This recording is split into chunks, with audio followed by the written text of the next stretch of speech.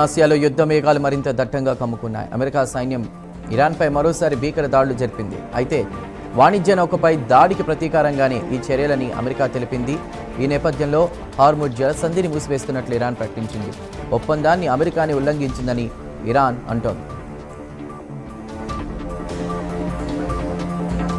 రేపు తూర్పుగోదావరి జిల్లా రాజమండ్రిలో సీఎం చంద్రబాబు పర్యటించనున్నారు. ధవళేశ్వరం బ్యారేజ్కి కొత్త గేట్లు అమర్చే పనులను ప్రారంభించనున్నారు. ఈ కార్యక్రమం అనంతరం పిచుకలంక గ్రామంలో రైతులతో సీఎం చంద్రబాబు ముఖాముఖి నిర్వహించనున్నారు.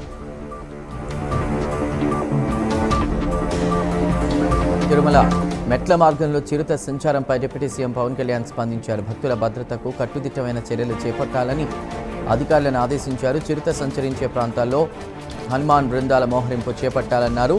భక్తులు గుంపులుగా వెళ్లేలా చూడాలని, పొదలు తొలగించాలని సూచించారు.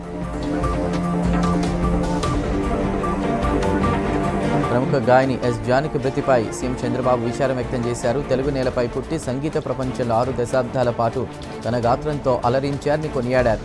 జానకి కుటుంబ సభ్యులకు సీఎం ప్రగాఢ సానుభూతి తెలిపారు.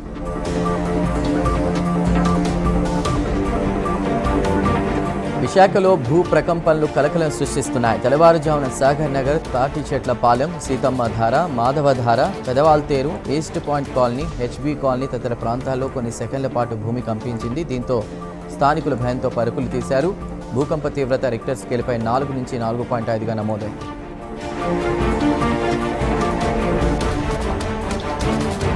ఖమ్మం జిల్లా తిరుమలాయపాలెంలో జిల్లా కలెక్టర్ దివాకర్తో కలిసి మంత్రి పొంగులేటి శ్రీనివాసరెడ్డి విస్తృతంగా పర్యటించారు. పలు సంక్షేమ కార్యక్రమాలతో పాటు అభివృద్ధి పనులకు శంకుస్థాపన చేశారు.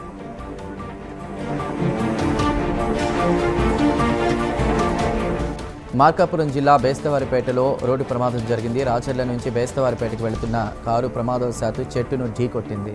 ఈ ప్రమాదంలో గరుస్వామి అనేటువంటి వ్యక్తి అక్కడికక్కడే మృతి చెందాడు.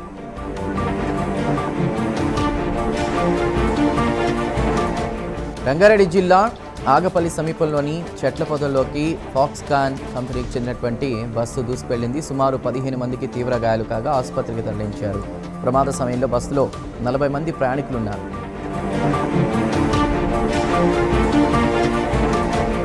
యాదాద్రి భువనగిరి జిల్లా తలసిగారంలో బొటానిక్ హెల్త్ కేర్ పరిశ్రమలో అగ్ని ప్రమాదం చోటు చేసుకుంది. సంఘటనా స్థలికి చేరుకున్న అగ్నిమాపక సిబ్బంది మంటలు అదుపు చేశారు. ఈ ఘటనలో ఎవరికి ఎలాంటి ప్రమాదం జరగలేదు. హైదరాబాద్ వనస్థలిపురంలోని పనామా వద్ద గుర్తు తెలియని మృతదేహం లభ్యమైంది. మృతదేహంపై కత్తిపోట్లు ఉండడంతో హత్య చేసినట్లు పోలీసులు గుర్తించారు. దీనిపై పోలీసులు కేసు నమోదు చేసి దర్యాప్తు చేస్తున్నారు.